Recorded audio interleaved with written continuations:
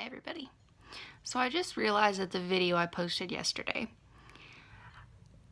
I named it my POTS diagnosis story. However, I never told you how I got diagnosed with POTS, officially.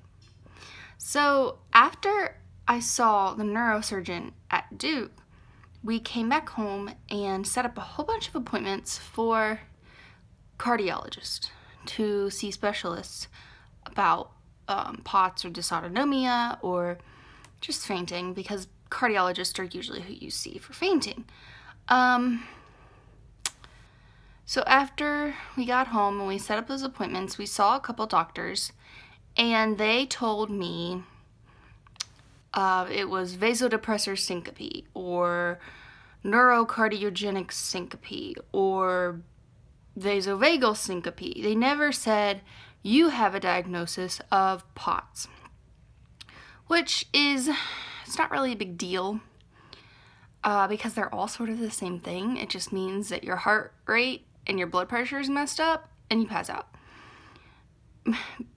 But to me, it was really important to get a diagnosis of POTS so I could advocate for myself and research and just be able to have something, to have a name to put to it, something that everybody agreed on. So if you don't know, dysautonomia is an umbrella term. It means it covers a whole bunch of different diagnoses.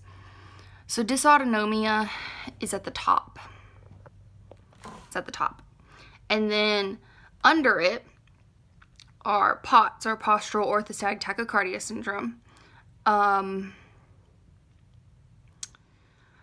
neurocardiogenic syncope, autonomic failure. There's quite a few autonomic syndromes or conditions underneath the term dysautonomia. So if you say you have dysautonomia, it means your autonomic system is not working correctly. But there are specific diagnoses underneath that term. So if someone asks, like, what's wrong with you, I usually say I have something called POTS, or if it's a quick conversation, I usually just say I have a chronic illness that causes me to pass out. Or I'll say I have dysautonomia, which they can take that however they want to take that. Or I'll say I have postural orthostatic tachycardia syndrome. It causes me to pass out, messes with my heart rate, and it causes me to pass out. So back to how I was diagnosed. After a couple people couldn't agree on anything, I just said, whatever, I'll treat it. They're all treated the same way. So I said, I'll just treat it, I'll go along with it, whatever. Well, in the meantime, we had put in a referral to Vanderbilt University in Tennessee. They're actually one of the leading researchers in dysautonomia. So I put in a request to see one of their doctors there. But, the wait can be anywhere from 6 months to like 2 years. It's insane because it's not a life-threatening condition necessarily. It's busy, and they don't necessarily think they have to see people right away.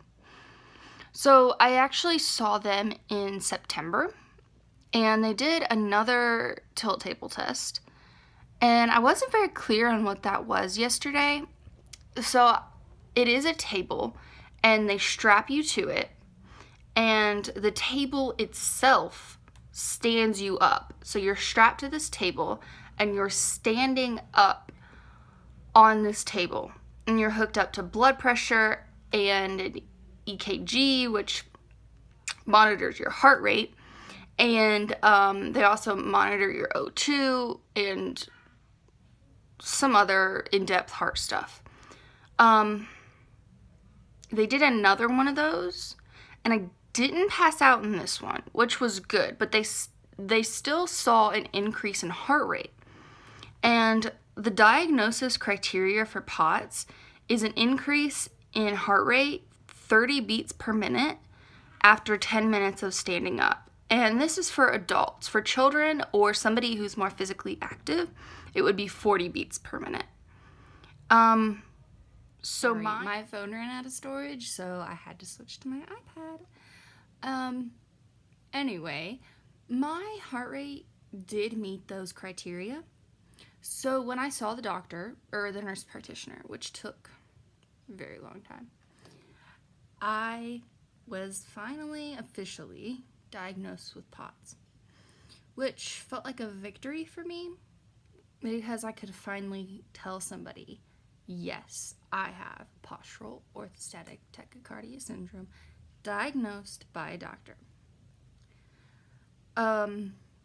Anyway, that is my story of how I was officially diagnosed with POTS. I guess yesterday was more of just a medical journey story and how I started having medical problems and how I got to where I am now. I'd like to upload another video tomorrow telling you about more in-depth stuff. I'm actually looking into getting a service dog for POTS, so I'm excited about that, and I want to tell you guys about that and about how I'm coming along with that. Anyway, stay positive, and I'll see you tomorrow.